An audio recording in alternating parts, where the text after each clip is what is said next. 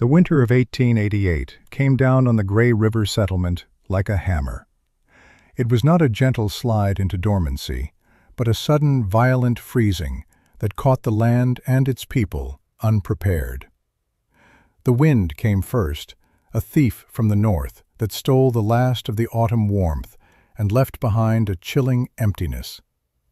It screamed through the thin pines and scraped against the walls of the hastily built cabins, a constant reminder of the siege to come. The settlers were a hardy people, accustomed to hardship, but this cold was different. It felt ancient and personal, a living thing with a malevolent intelligence. It was a cold that did not knock before it entered. It seeped through the chinking between the logs, no matter how much mud and moss was packed into the gaps. It crept up through the floorboards, which were laid on joists that sat only a foot above the frozen earth. It condensed on the inside of the walls, painting them with a delicate, deadly layer of frost that glittered in the firelight. The heart of every home was the cast-iron stove, a black, hungry god that demanded a constant tribute of wood. The sound of the settlement was the rhythmic thud of an axe, a desperate heartbeat against the coming silence. Men spent their days in the woods, felling trees, and their nights feeding the fire, only to watch the heat rush up the chimney and vanish into the unforgiving sky. They were fighting a losing war. The woodpiles, which had seemed mountainous in October, shrank with alarming speed. The cold was a relentless creditor, and the currency was firewood. In the mornings, water left in a bucket just a few feet from the stove was often skinned with ice. Children were bundled in every layer they owned, their faces pale and their hands perpetually cold. They lived in a small circle of warmth, an island in a sea of frigid air that filled their own homes. The traditional way of building, the way their fathers and their fathers' fathers had built, was failing them. The log cabin, a symbol of frontier resilience, had met an enemy it could not defeat. Among them lived a man named Elias. He was quiet, a veteran of a distant, unpopular war fought in a land of rock and ice that no one else had ever seen. He had arrived the previous spring with his wife, Sarah, and their young son, Samuel. He did not speak often of his past, and his quiet nature was sometimes mistaken for slowness. He watched more than he spoke, his eyes taking in the way the wind found the weaknesses in a wall, the way the frost formed patterns on the glass, the way the precious heat fled from every structure. While other men rushed to raise their walls before the first snow, Elias had spent weeks doing something that baffled the entire settlement. He was digging. His claim was at the edge of the settlement, slightly apart from the others. He had felled his trees and squared his logs like everyone else, but he had not yet begun to build. Instead, he was excavating the ground where his cabin would stand, digging a foundation far deeper than anyone had ever deemed necessary. The other settlers would watch him as they passed, their faces a mixture of pity and contempt. Silas, the settlement's most respected builder, a man whose hands had shaped nearly every home in the valley, finally stopped one afternoon, his shadow falling over Elias's work. "You're wasting your time, Elias," Silas said, his voice carrying the easy authority of experience. "The ground freezes 5 feet down here. A deep hole is just a pit for the cold to live in. You lay your joists on stone piers, raise your floor off the dirt. That's the way it's done." He was not being cruel. He was offering the accepted wisdom of the land, a truth as solid as the frozen earth itself. Elias paused, leaning on his shovel. He looked at Silas, then at the hole he had dug, and then at the sky. "The ground is a storehouse," he said, his voice low and even. It was not an argument, but a simple statement of fact. Silas laughed, a short, sharp sound that held no humor. "A storehouse for what? For frost and damp? You'll build a cave, not a home. Your boy will be sick before Christmas." He pointed toward the pile of stones Elias had been gathering for weeks, a strange collection of flat, dark rocks hauled from the riverbed. "And what's this? You planning on paving your floor like a city street?" "A wood floor, man. That's what keeps the cold out." Elias's idea, when he finally explained it, was met with universal derision. He planned to build no floor of wood. Instead, he would lay a bed of gravel and sand deep in the earth, and on top of that, he would fit together a floor of solid stone, sealed with mortar. The walls of his cabin would rise directly from this stone base. The central hearth and chimney would also be built into this foundation, a single, massive piece of masonry. He was not raising his cabin away from the cold earth. He was wedding it to the earth, making them one. The idea was alien. It was backward. A stone floor, they said, would be like living on a slab of ice. It would draw the warmth from your very bones. It was superstition, some strange notion he must have brought back from that God-forsaken war. "He's building his own tomb," one man muttered. "The cold will come up through that stone and freeze them in their sleep." The laughter was not malicious, but it was constant. It followed him as he hauled his stones, as he mixed his mortar, as he worked in the fading autumn light. He was the town fool, the man who was digging his family's grave because he didn't understand the simple, honest logic of wood. Elias did not argue. He did not defend himself. He simply worked. His silence in the face of their mockery only solidified their opinion of him. He was a man lost in a foolish dream, deaf to the voice of reason. Sarah, his wife, trusted him, but even she felt the sting of their neighbor's certainty. She watched him work, his movements patient and precise, and held her fear in her heart.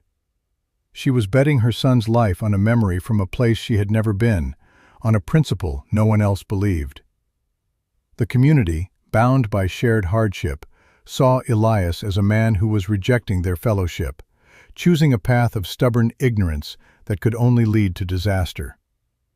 They offered their advice, and when he quietly ignored it, they offered their pity, and then they turned away. The work was brutal and slow. While other cabins went up in a matter of weeks, Elias spent a month just on the foundation. He dug with a shovel and a pick, breaking through the rocky soil until he was 4 feet below the surface. He lined the bottom of the pit with a thick layer of coarse gravel for drainage, a detail no one else could see or comprehend.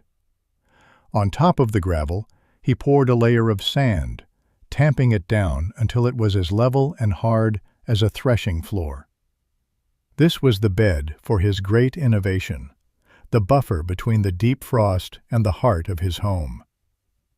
His days fell into a rhythm of labor. In the mornings, he would take his small handcart and make the long trek to the river, searching for the right stones.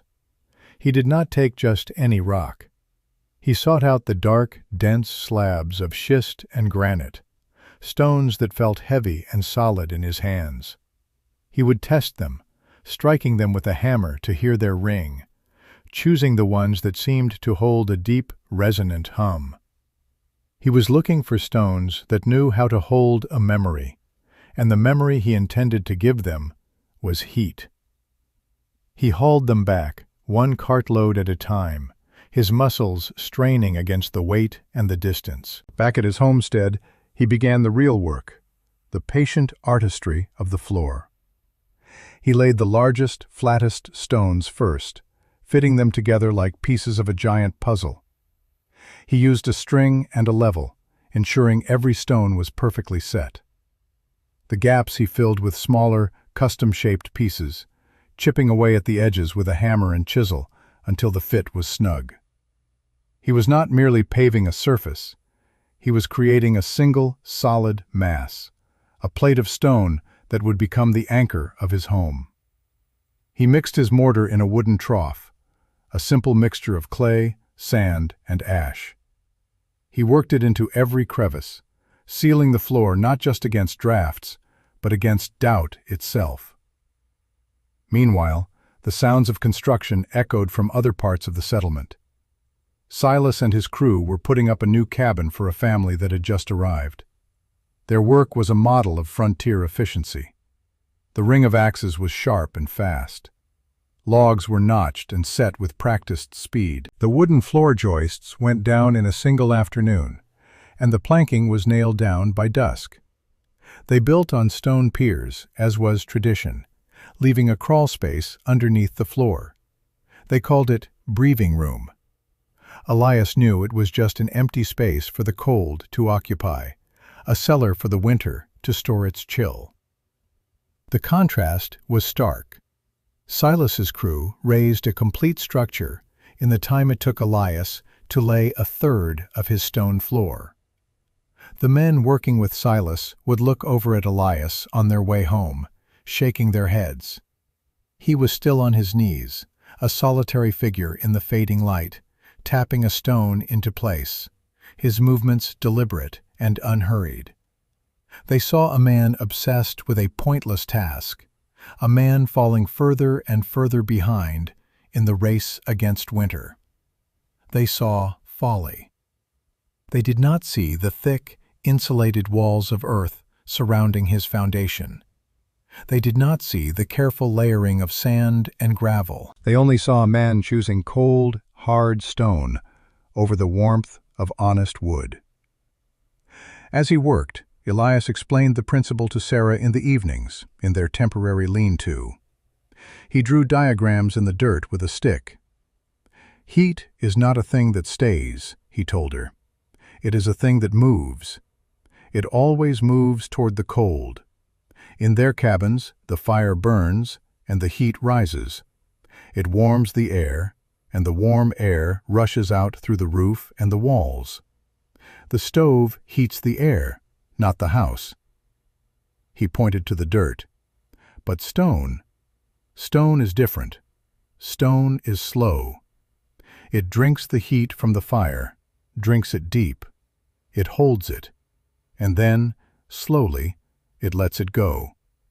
The fire will heat the stone, and the stone will heat the room.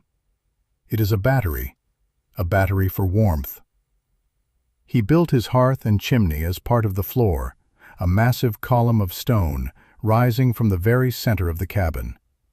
It was not just a chimney for smoke, but an engine designed to capture and store energy. He angled the flues inside the masonry, forcing the hot smoke to travel a longer, slower path, giving the stones more time to absorb its heat.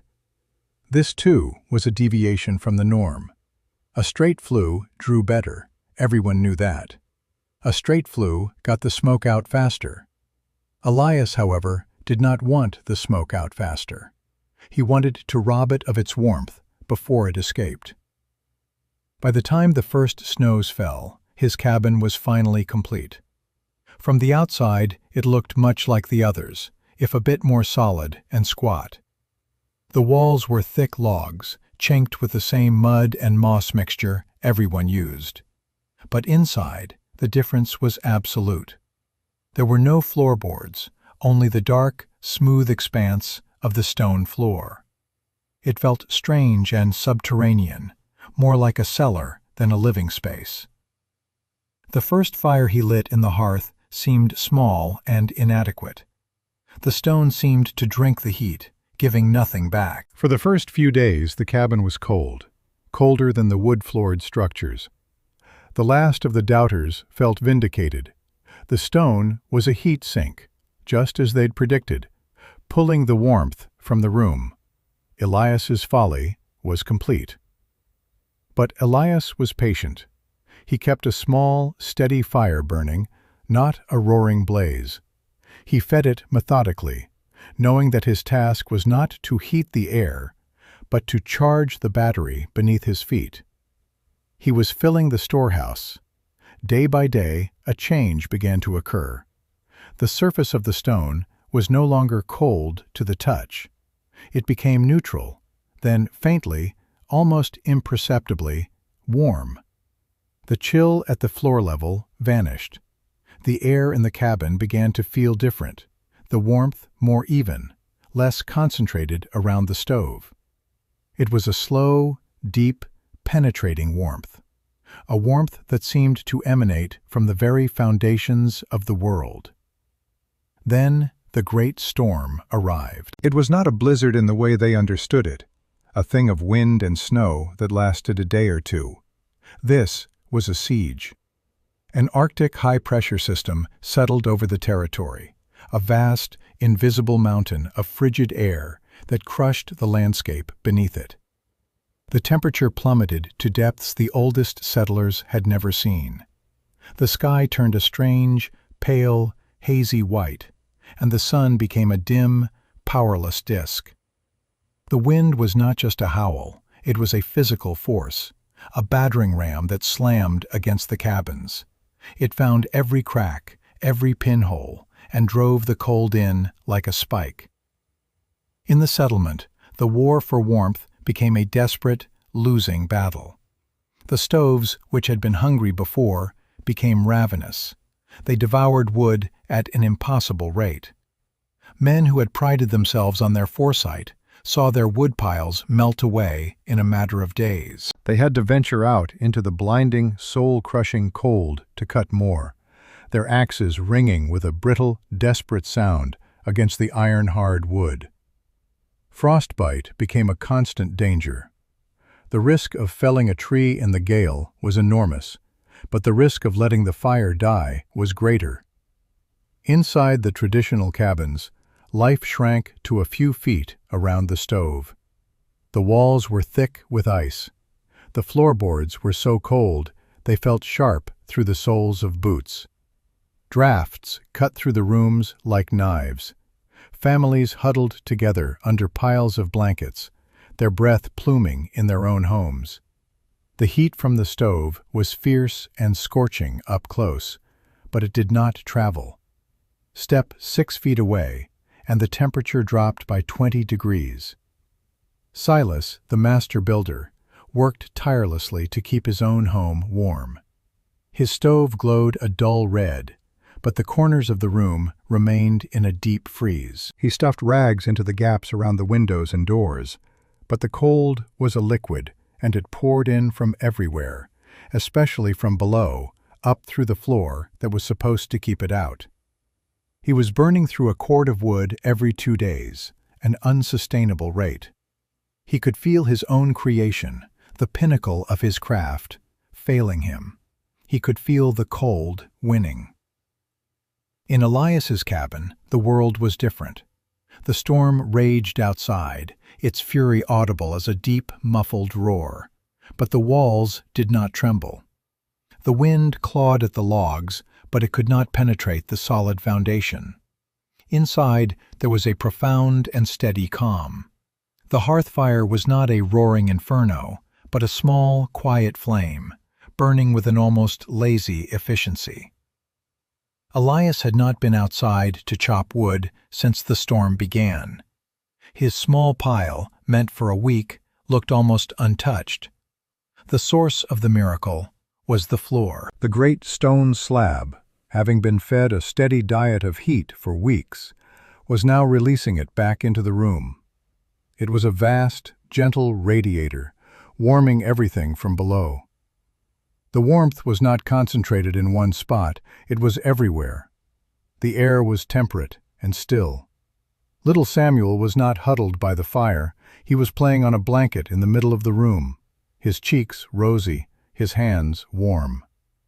Sarah moved about her chores without a shawl, her movements relaxed and easy. The frost did not dare paint the inside of their walls. The cold had laid siege to their home, but it could not breach the fortress, for the fortress was allied with the earth itself. The stone battery was now powering the house, holding back the Arctic night. The crisis in the settlement reached its peak on the 3rd day of the storm.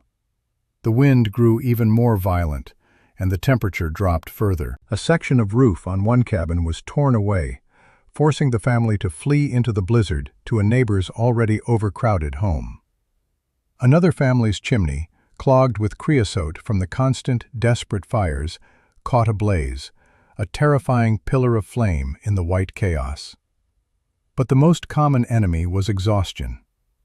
The men were worn down by the constant labor of chopping wood, and the women were sick with fear as they watched their children shiver and their fuel supplies dwindle to nothing.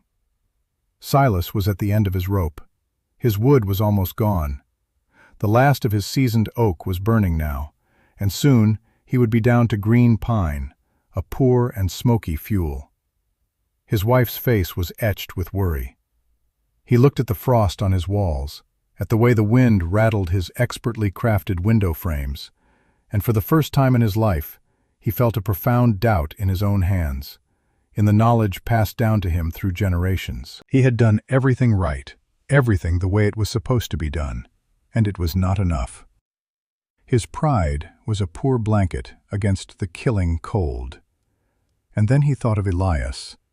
He thought of the fool on the edge of town, the man with the stone floor. He had probably frozen to death days ago. It was a grim thought, but in his heart a tiny, desperate question flickered. What if he hadn't? The journey to Elias's cabin was a battle for survival. It was only a few hundred yards, but in the heart of the storm, it was a voyage across a polar wasteland. The wind tore at him, trying to rip the breath from his lungs. The snow was a blinding, stinging wall of white. He navigated by memory, his body bent double against the gale. He was driven by a desperate, illogical hope, a last-ditch gamble against everything he knew to be true. When he finally saw the dim, yellow light of Elias's window through the swirling snow, he nearly wept with relief. The cabin was still standing. They were alive. He stumbled to the door and hammered on it with a frozen fist. The sound was swallowed by the wind. He hammered again, shouting Elias's name. The door opened. Elias stood there, silhouetted against a calm, warm light. He was not wearing a heavy coat, only a simple woolen shirt. Silas stared, uncomprehending. He felt the air that flowed out of the open door, and it was not the scorching, dry heat of an overworked stove. It was a gentle, steady warmth, like a calm day in late spring. It was impossible. "Silas," Elias said, his voice even. "Come in." Silas staggered inside, pulling the heavy door shut against the storm. The roar of the wind was instantly cut off, replaced by a profound quiet. He stood there, blinking, his body shivering violently as it adjusted to the change. The warmth was the first thing he truly registered. It was all around him, rising from his feet, wrapping him like a blanket. It was a living warmth, a presence in the room. His eyes went to the fire. It was tiny, a few logs burning peacefully on the hearth. It was a fire for cheer, not for survival. It made no sense. A fire that small should have been useless against this cold. He looked around the room. He saw Sarah sewing calmly in a chair. He saw the boy, Samuel, asleep in a small bed in the corner, breathing easily, not a shiver in his small body. There were no piles of blankets, no desperate huddling. It was just a home, a warm, peaceful home in the heart of the apocalypse. His gaze finally fell to the floor, the dark, seamless stone. He reached down, his hand trembling, and pressed his palm against it. It was warm, not hot, not cold, just a deep, enduring, impossible warmth. He looked up at Elias, his face a mask of disbelief and awe. All his certainty, all his lifelong knowledge, all his pride, had shattered in that single moment. He, the master builder, was standing in a freezing, failing house he had built with his own 2 hands, while this quiet fool was living in a warm paradise built on a foundation of pure madness. He was wrong. It was the most difficult and most liberating realization of his life. "How?" Silas whispered, the word barely audible. Elias did not smile. He did not gloat. There was no hint of triumph in his eyes. He simply gestured to a chair by the hearth. "Sit," he said. "Get warm." He then walked over to a small table, poured a cup of hot broth, and handed it to Silas. The act was one of simple, quiet hospitality. It was not the act of a victor. but of a neighbor. In that moment, Elias's quiet humility was more powerful than any boast could ever have been. He did not need to say, "I told you so." The warm stone beneath their feet said it for him, and it spoke a language of undeniable truth. Silas stayed for an hour, the warmth seeping into his bones, chasing out the deep chill of the storm and the deeper chill of his own fear. Elias explained the principle again, not as a lecture, but as a simple sharing of knowledge. He spoke of thermal mass, of the Earth's insulating properties, of the slow release of stored energy. He spoke of the battery. Silas listened, nodding slowly, the pieces falling into place in his mind. He saw the logic now, a logic that was deeper and more patient than the quick, surface-level logic of a raised wooden floor. He had been so busy fighting the cold, trying to hold it at bay, that he had never considered making an ally of the earth beneath him.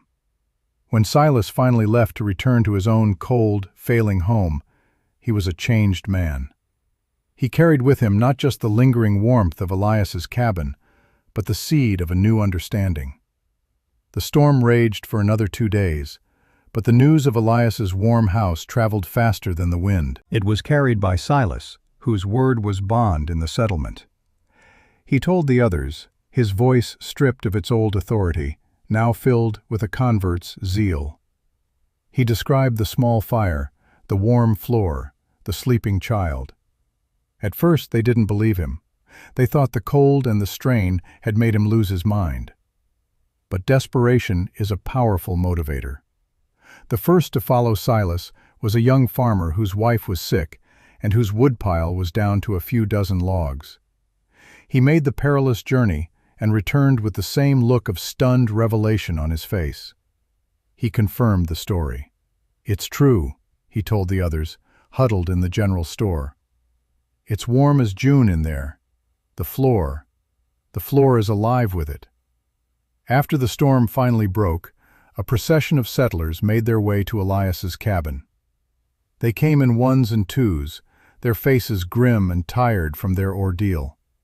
They came not to mock, but to see. They stepped across his threshold from a world of brutal cold into a world of steady warmth, and each one had the same reaction. They would stop, look around in disbelief, and then, inevitably, their eyes would go to the floor. They would touch it, their calloused hands feeling the impossible warmth. They would look at Elias, and in their eyes was a new and profound respect. The fool on the hill had become the prophet of the valley.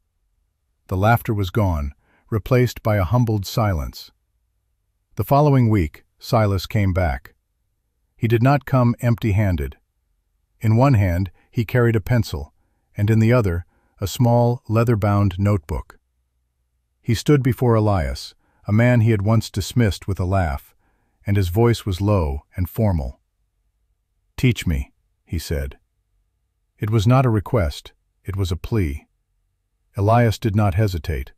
He invited Silas in, and for the rest of the day, he shared everything he knew. He drew diagrams of the foundation, explaining the importance of depth and the layering of gravel and sand.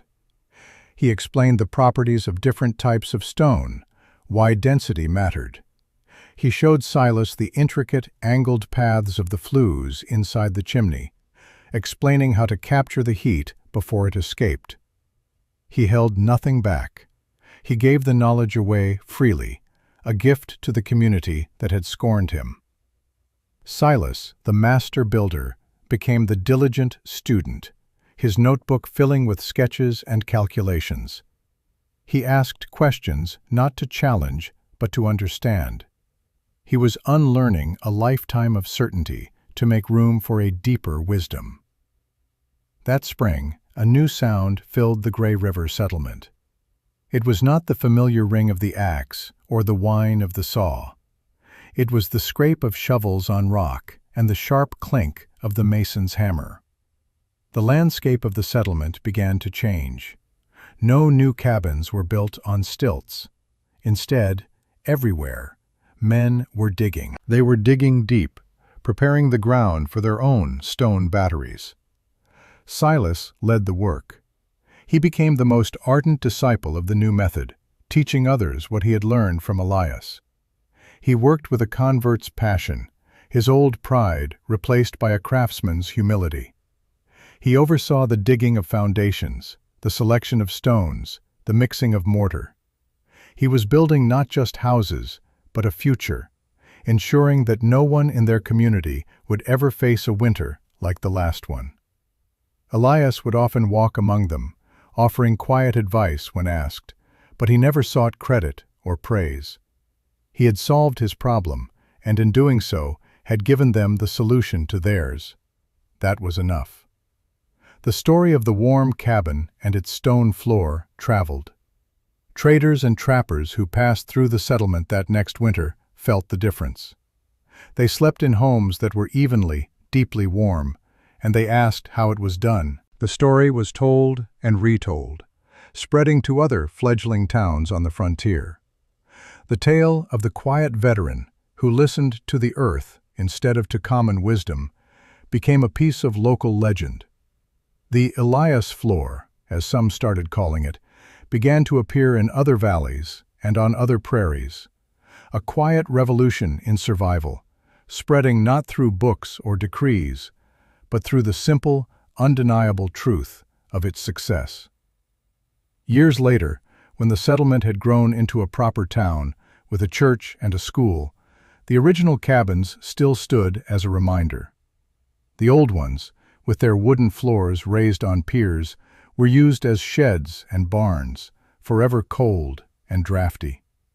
The new generation of homes, all built on solid, warm stone foundations, were a testament to a lesson learned in the heart of a great storm.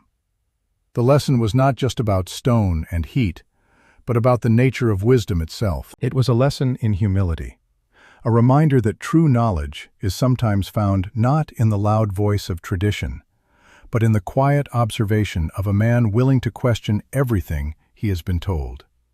A man willing to listen to the slow, deep, and patient wisdom of the earth. If this story reminded you of the power of quiet wisdom, share it with someone who believes in looking for answers in unexpected places. And follow for more inspirational stories of survival, ingenuity, and courage.